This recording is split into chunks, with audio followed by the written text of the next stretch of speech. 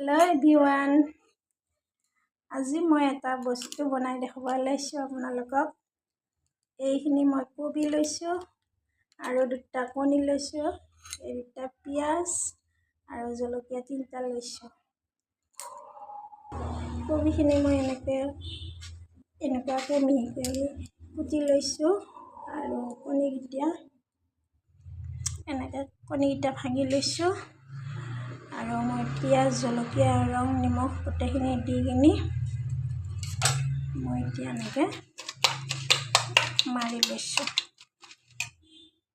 তাৰপিছত মই এনেকৈ মালপোৱা নিচিনাকৈ বনাইছোঁ। আগতে খাই পোৱা নাই, আজি প্ৰথম এয়া বনাইছোঁ।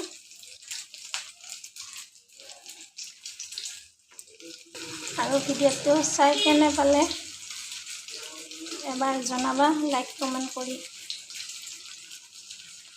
এতিয়া মই ৰাখিছোঁ।